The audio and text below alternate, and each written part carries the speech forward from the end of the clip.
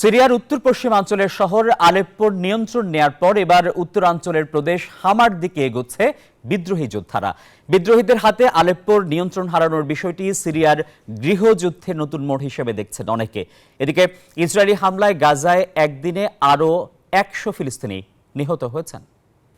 শুক্রবার সিরিয়ার উত্তর পশ্চিমাঞ্চলের শহর আলেপ্পোর প্রাণকেন্দ্রে ঢুকে পড়ে বিদ্রোহীরা।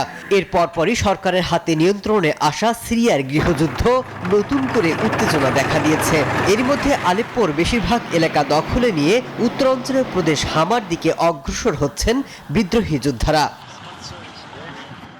সিরিয়ার সেনা এবং তাদের মিত্র রাশিয়া দাবি করেছে তারা বিদ্রোহী গোষ্ঠীগুলোর আশ্রয়স্থলগুলোকে কেন্দ্র করে আক্রমণ চালাচ্ছে। সিরিয়ার প্রেসিডেন্ট জানিয়েছেন দেশের উত্তরাঞ্চলে যে বিদ্রোহীরা বর্তমানে তাণ্ডব চালাচ্ছে, সন্ত্রাসী হামলায় যত তীব্র হোক না কেন তাদের পরাজিত করার হুঙ্কার দিয়েছেন তিনি। এদিকে ইসরায়েলি হামলায় গাজায় একদিনে আরো শতাধিক ফিলিস্তিনি নিহত হয়েছেন। ইসরায়েলি বাহিনী উত্তর গাজার জাবালিয়া শরণার্থী শিবিরে ভয়াবহ বিমান হামলা চালিয়ে কমপক্ষে ৪০ ফিলিস্তিনিকে হত্যা করেছে। এমন অবস্থায় যুদ্ধবিরতির আহ্বান জানালো কুয়েত। অন্যদিকে মার্কিন প্রেসিডেন্ট হিসেবে শপথ নেওয়ার আগে গাজায় যুদ্ধবিরতির চুক্তি নিশ্চিত করতে চান ট্রাম্প। হোয়াইট হাউস বলছে গাজায় যুদ্ধবিরতি এবং জিম্মিদের মুক্তির জন্য একটি চুক্তি নিয়ে কাজ করছেন তারা। মাসুদ রানা, নিউজ 24।